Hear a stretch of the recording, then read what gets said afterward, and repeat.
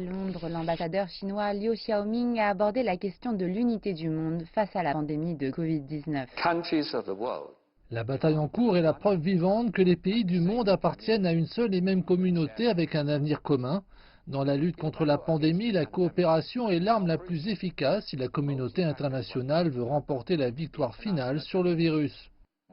Il a déclaré que le respect des instances internationales était vital et a regretté que l'administration américaine ait retiré son financement de l'Organisation mondiale de la santé. La Chine, a-t-il dit, a donné 20 millions de dollars supplémentaires à l'OMS et a annoncé 30 millions de dollars supplémentaires pour aider les pays en développement à lutter contre le virus. L'autre problème majeur pour la plupart des pays est de savoir comment stimuler leur économie et rétablir le commerce mondial une fois que les pays s'ouvriront à nouveau aux entreprises. Une maladie, a déclaré l'ambassadeur Liu, ne respecte pas les frontières et ne discrimine pas entre les races.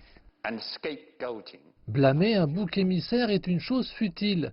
L'arrogance et l'insolence ne pourront qu'empoisonner la coopération entre les pays.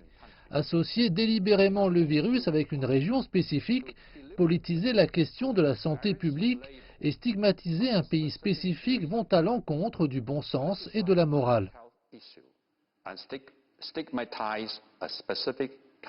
Il a par ailleurs défendu le rôle de la Chine en réfutant les accusations de non-transparence après la première apparition du virus en décembre de l'année dernière. Plusieurs dirigeants européens ont mis en doute la véracité du compte-rendu de la Chine sur la façon dont elle a traité le coronavirus. Il y a eu des appels téléphoniques entre le président Xi Jinping et Donald Trump, mais aussi des accusations à l'égard de certaines autorités chinoises. Ce n'est pas la première fois que certains politiciens veulent jouer le rôle de policiers du monde. Ce n'est pas l'ère de la diplomatie canonnière. Ce n'est pas l'ère de la Chine dans une société semi-coloniale, semi-féodale. C'est le 21e siècle. Lorsque le danger de la pandémie se résorbera, l'accent sera mis sur le rétablissement du commerce mondial.